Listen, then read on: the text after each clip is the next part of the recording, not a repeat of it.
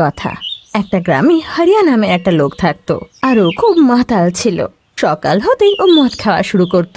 সারা দিন ও কোনো কাজ করতো না, আর মদ খেয়ে এদিক ওদিক পড়ে থাকতো। হরিয়ার বউ মিনা খুবই সাদা সিধে সরল মেয়ে ছিল, কিন্তু ওর মদ খাওয়ার অভ্যেস নিয়ে খুবই চিন্তায় ছিল। কারণ হরিয়া না কোনো কাজ করতো না, কথা বলার কোনো ঢং জানতো। মিনা তাই খুব দুঃখে ছিল, কিন্তু ও করতোই বাকি। সংসারে হরিয়া ছাড়া ওর আর কেউ ছিল না। একদিনের কথা, মিনা খাবার বানাচ্ছিল, আর ওর একটু দেরি হয়ে যায়। আরে কোথায় মরে গেলি রে মিনা?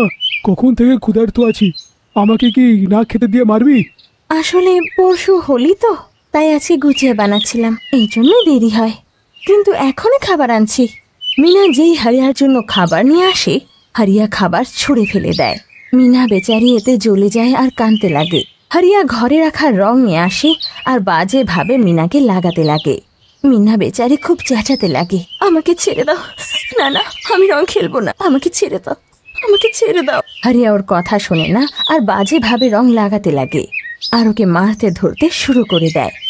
ও মিনাকে এত মারে যে মিনার মাথা ফেটে যায়। মিনা চেঁচানোর খুব চেষ্টা করে, কিন্তু ওর আওয়াজ ঘরের বাইরে যেন বেরোই আর না। তারপর হরিয়া মারপিট করে নেশায় ধুত হয়ে পড়ে থাকে। মিনাও বেচারি আর ওঠার ক্ষমতায় ছিল না, ওর মাথার থেকে রক্ত বেরোচ্ছিল।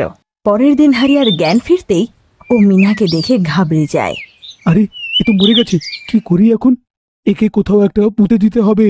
হরিয়া মিনার দেহকে কোথাও একটা লুকানোর কথা ভাবে, কিন্তু এমন কোনো জায়গাও পায় না যেখানে দেহ লুকানো যায়। কিন্তু ওর সামনে তখনই হোলির কার্ড জমা করা দেখতে পায়।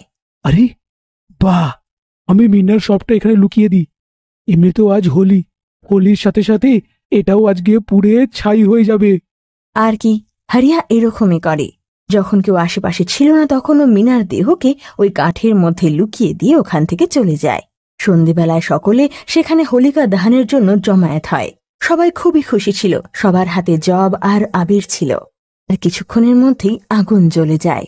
কেউ আন্দাজাও করতে পারে না যে ভেতরে মিনা জ্বলছে। আর সবাই আনন্দে নাচছে, গাইছে, আনন্দ করছে। একে অপরকে অভিবাদন দেওয়া শুরুই হয়েছিল, তখন মিনার শরীর ভেতরে জ্বলতে শুরু করে। ভেতরে মিনার শরীর জ্বলতে থাকে, আর বাইরে সবাই হোলির আনন্দ করতে লাগে। তারপর যখন সবাই ক্লান্ত হয়ে যায়, সবাই বাড়ি ফিরে যায়। আর সেই হোলিকা দহন থেকে ডাইনি বেরিয়ে আসে। মেরে ফেললি আমায়, মৃত্যুতে আনন্দ করলি, সবাইকে মারবো, সবাইকে। তারপর থেকে ডাইনি রেগে গিয়ে গ্রামে এদিক ওদিক ঘুরতে লাগে। ও এক এক করে প্রত্যেকের বাড়ির দরজার সামনে যায় আর রক্ত দিয়ে সেখানে কিছু লিখে দেয়, যদি রং খেলো তাহলে মার। সারা রাত ডাইনি এটাই করে, আর সবার দরজার সামনে লিখে দেয়। আর গ্রামের বাকি দেওয়ালগুলোতেও এরকমই লিখে দেয়। পরের দিন সকালে যখন লক্ষ্মী মোষের খাবার নিয়ে যায়, তখনও নিজের ঘরের দেওয়ালে বড় বড় লেখা দেখতে পায়। সেটা পড়ে ও খুব অবাক হয়ে যায়, আর প্রতিবেশী রাজুকে ডাকে। রাজু এসেও যখন পড়ে, তখন বলে যে ওর ঘরেও একই জিনিস লেখা। রাজু আর লক্ষ্মী কথা বলছিল, তখন রাস্তা দিয়ে জাকিয়া যাচ্ছিল। আরে তোমাদের দেওয়ালেও কি এটাই লেখা আছে? তোমাদের মানে সারা গ্রামে লেখা আছে, সবার বাড়ি বাড়ি লেখা আছে। আর শুধু এটাই নয়, লাল রক্ত দিয়ে লেখা আছে যে হোলি খেলে মারা পড়বে। এসব বাজে কথা, এসব কি শুধু শুধু মেরে দেবে নাকি? আমি এসব কিচ্ছু মানি না, যত সব। ভাই যাই হোক, আমি তো খুব ভয় পাই। যদি কেউ টুকটাক করে রেখেছে, আমি তো হোলি খেলবো না, আমি মরতে চাই না। জাগিয়ে ওখান থেকে চলে যায়, কিন্তু রাজু এই কথায় বিশ্বাস করে না। গ্রামে যেন হল্লা পড়ে যায়। কেউ সেটাকে সতর্কবাণী হিসাবে নেয়, আর কেউ নেয় না। যেই এটাকে নিয়ে অবহেলা করছিল, ডাইনি তার পেছনে দাঁড়িয়ে রেগে তাকে দেখছিল। আচ্ছা, এটাকে নিয়ে আর কি হচ্ছে? হোলি খেলে দেখা, আর যেই খেলবে সেই মার যাবে। ঘরে তারপর খেলবো রক্তের হোলি। সবার আগে রাজু হোলি খেলা শুরু করে। ও খুব মদ খেয়েছিল, আর নিজের ঘরের উঠোনে দাঁড়িয়ে চেঁচিয়ে চেঁচিয়ে একাই দোল খেলছিল। আরে শুভ দোল যাত্রা, সবাইকে শুভ দোল যাত্রা। আমি তো দোল খেলবো, যার আমার মারার আছে সে এসে মেরে দিক। আচ্ছা, এত বড় সাহস যে হোলি খেলবে? মদ খেয়ে পাগলের মতো হোলি খেলা হচ্ছে, একে তো শাস্তি দিতেই হবে। এর সাথে এখন আমি হোলি খেলবো। রাজু রং উড়িয়ে উড়িয়ে রং খেলছিল, কিন্তু তখনই ওর সামনে ডাইনি এসে দাঁড়ায়। ডাইনির দুই হাতে রং ছিল, আর রাজু ওকে দেখে ভয় পেয়ে যায়। তারপর ডাইনি ওর মুখে খুব বাজেভাবে রং ডলতে লাগে। রাজু নিজেকে ছাড়ানোর চেষ্টা করে, কিন্তু ডাইনি ওকে কোনোভাবেই ছাড়ে না। আমি বলেছিলাম না যে হোলি খেলবে মারা যাবে, বলে তোর সাহস কি করে হলো আজ হোলি খেলার? তাহলে এখন তো তোকে শাস্তি পেতেই হবে, তো তুই বাঁচবি না।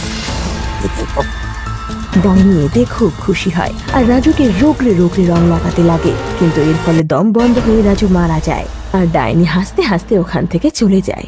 তারপর ও যাকেই রং খেলতে দেখে ওকে ততক্ষণ রং লাগায় যতক্ষণ না ও মারা যায়। আর এরকম ভাবে না জানে কত লোককে ও গ্রামে মেরে ফেলে।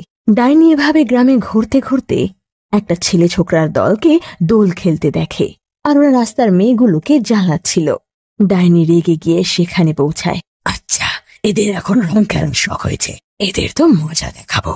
ডাইনির 2 হাতে রং ভরা ছিল আর ও চিল্লাতে চিল্লাতে ওই ছেলেগুলোর কাছে যায়। আমি বলেছিলাম দোল না খেলতে, না হলে মরবে। এটা নিশ্চয়ই ওই ডাইনিটাই। কিন্তু তোরা সব অমান্য করলে, তোরা মারা যাবে। ছেলেগুলো ওখান থেকে পালানোর চেষ্টা করলে ডাইনি এক ঝটকায় ওদের মাটিতে ফেলে দেয়। যেই হোলি খেলবে 3জন ছেলে হাত জড়ো করে ডাইনির কাছে ক্ষমা চায়, কিন্তু ডাইনি একটাও কথা শুনে না আর ওর রং নিয়ে 3জনেরই মুখে ডলতে লাগে। 3জনেরই অবস্থা খুবই খারাপ হয়ে যায়। ওরা চেঁচাতে লাগে আর মানুষের ভিড় ওখানে জমতে লাগে, আর পুরো গ্রামে হল্লা হয়ে যায় যে মোড়ে ডাইনি আছে। পুরো গ্রাম ওখানে একত্র হয়ে যায়। সবাই ওকে জিজ্ঞেস করে যে কেন ও সারা গ্রামে এটা লিখেছে আর হোলির সাথে কি অসুবিধা। আমাকে হোলিকাতে জ্বালিয়ে মারলি তোরা, এই গ্রামের লোক আমি কাউকে ছাড়বো না। ওই হোলিকাতে আমি আহত হয়ে পড়েছিলাম, আমি এত চেঁচাই তবুও আমার আওয়াজ শোনো না, আমাকে জ্বালিয়ে মারলে। আমরা একদম বুঝতে পারিনি যে হোলিকাতে কেউ আছে, না হলে এরকম কেন করতাম, কিন্তু তুমি ওখানে গেলে কি করে? তারপর ডাইনি সব ঘটনা জানায় যে ওর স্বামী কি করে ওকে মারধর করে আর মৃত ভেবে হোলিকাতে রেখে যায়। তারপর ও গ্রাম ছেড়ে পালিয়ে যায়। ও ভেবেছিল আমি মারা গিয়েছি, কিন্তু আমি মরিনি, আমার প্রাণ চলছিল, শ্বাস চলছিল। মারলে তো তোমরা আমাকে, এখন আমি তোদের আর হোলি খেলতে দেব না, সবাইকে মেরে ফেলবো। সত্যি তোমার সাথে খুব খারাপ হয়েছে, আমরা খুব দুঃখিত এতে। গ্রামের একটা মহিলার সাথে এরকম হলো আর আমরা কিছু করলাম না, কিন্তু এখন আমরা কি করব? তুমি যেমন বলবে আমরা তাই করব। না, যে হোলি পালন করবে আমি তাকেই মেরে ফেলবো। এটা বলে ডাইনি গায়েব হয়ে যায়। এখন সবাই ভয় পেয়ে যায় যে ওরা কখনো কি হোলি খেলতে পারবে না। আর তখন এক পণ্ডিত উপায় বলে, এই মহিলার মৃত্যু এই ন্যাড়া পোড়ানোর মধ্যে হয়েছে, যেটা আমাদের কারণে হয়েছে। এই বছর আমাদের আর হোলি খেলা উচিত নয়, কারণ আমাদের গ্রামে একটা মেয়ে মরেছে। আমরা কি করে হোলি খেলবো? পরের বছর ন্যাড়া পোড়ানোর দিন আমি উপায় বার করবো, তখন ঠিক হয়ে যাবে। আর সেই দিন কেউ হোলি খেলে না। কিন্তু পরের বছর পণ্ডিতজি সেই আত্মার শান্তির জন্য হোলিকার সামনে বসে, যেখানে পুরো গ্রাম ছিল, তারপর থেকে ডাইনি আর গ্রামবাসীদের জ্বালায়নি। তারপর থেকে গ্রামবাসীরা আগের মতনই হোলি খেলতে লাগে। এক সময়ের কথা, একটি শহরে একটি ছোট পরিবার থাকতো। সেই পরিবারে বিনোদ, ওর বৃদ্ধ মা আর ওর স্ত্রী লতা থাকত। বিনোদ একটি অফিসে সাধারণ কর্মচারীর কাজ করত।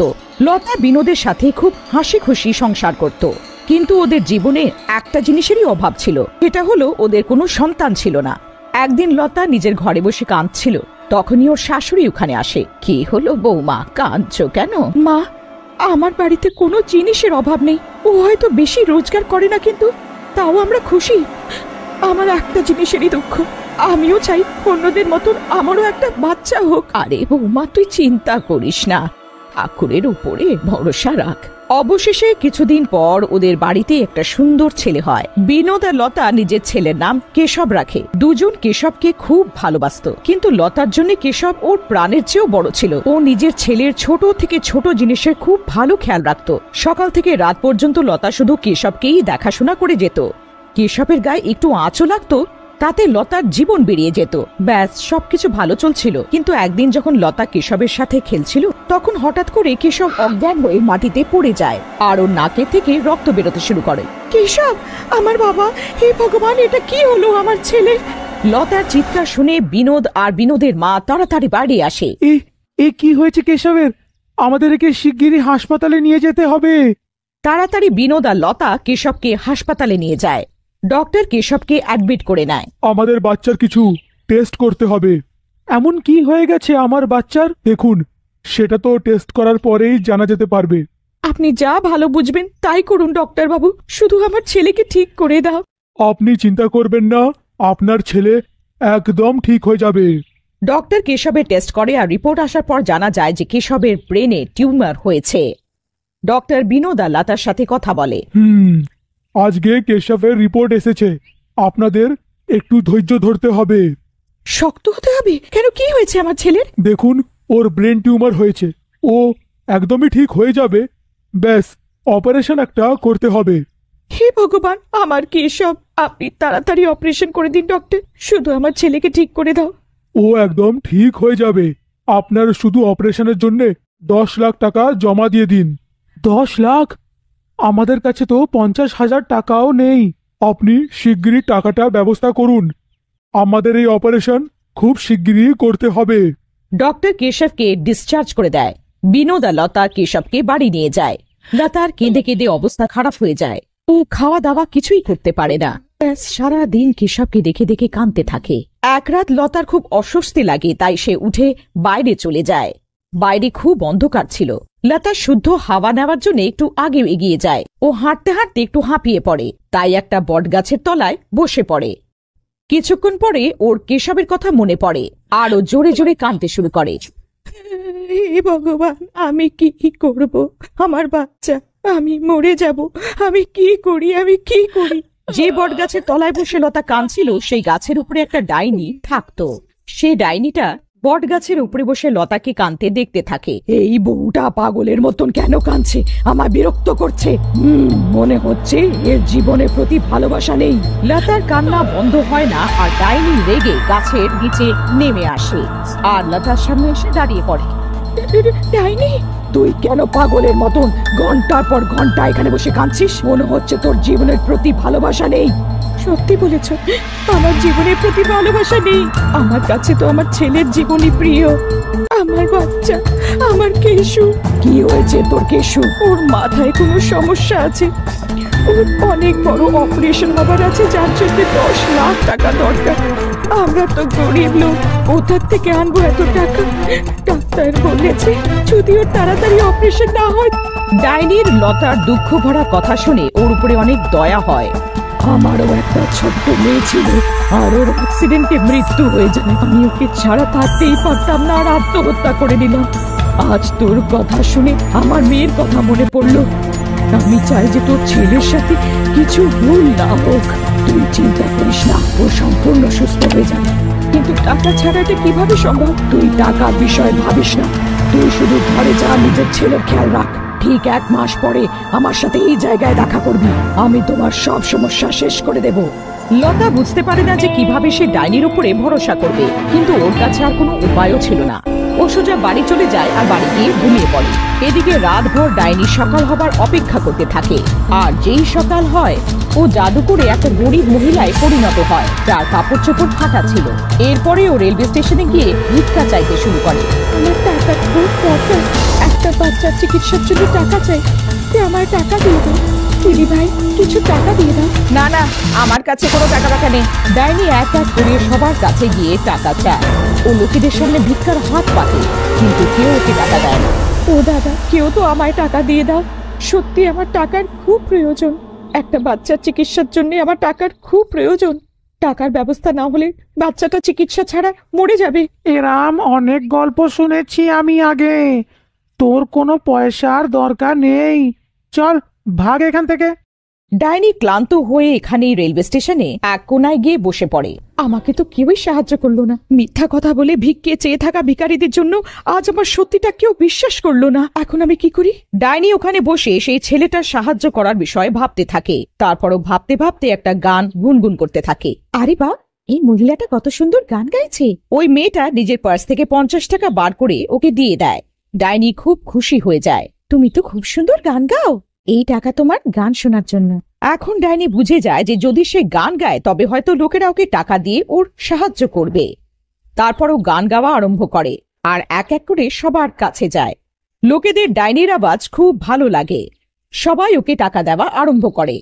এবার ডাইনির কাছে এত টাকা জমে যায় যে ওর 2টো হাত ভরে যায়।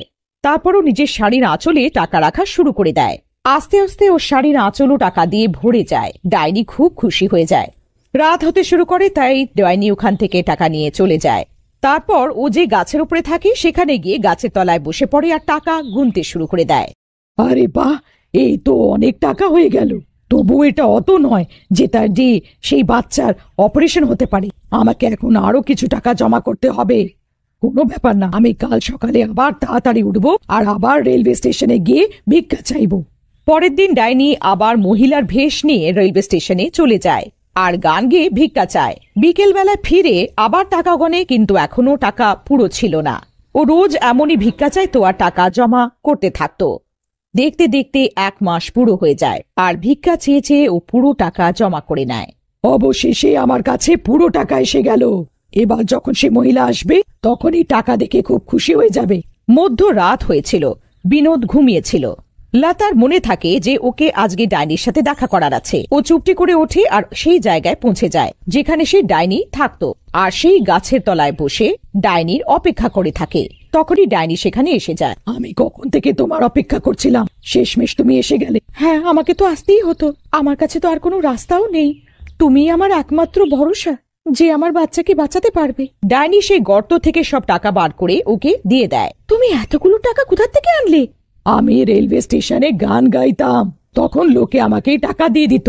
চলো এবার তুমি জলদি যাও, নিজের বাচ্চার চিকিৎসা করাও। তোমার অনেক অনেক ধন্যবাদ, তোমার এই উপকার কখনো ভুলবো না।